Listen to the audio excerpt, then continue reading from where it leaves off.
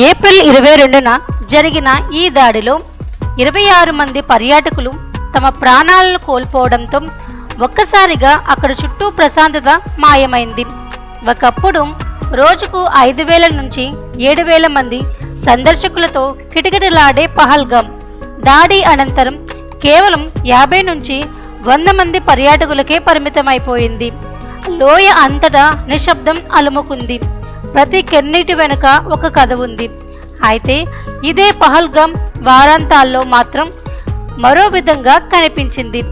భయాన్ని వెనుకకి నెట్టుకుంటూ పర్యాటకులు మళ్ళీ ఈ అందమైన రిసార్ట్ పట్టణాన్ని సందర్శించడం మొదలుపెట్టారు. లీడర్ నది ఒడ్డున ఉన్న ప్రసిద్ధ సెల్ఫీ పాయింట్ వద్ద కుటుంబాలతో టైం స్పెండ్ చేస్తూ సెల్ఫీలను తీసుకుంటున్నారు. హోటల్లో యాజమానులు ప్రత్యేక డిస్కౌంట్లు ఇవ్వడమే కాకుండా కొన్ని ఫుడ్ స్టాల్స్ ఉచిత భోజనాన్ని కూడా అందిస్తున్నాయి.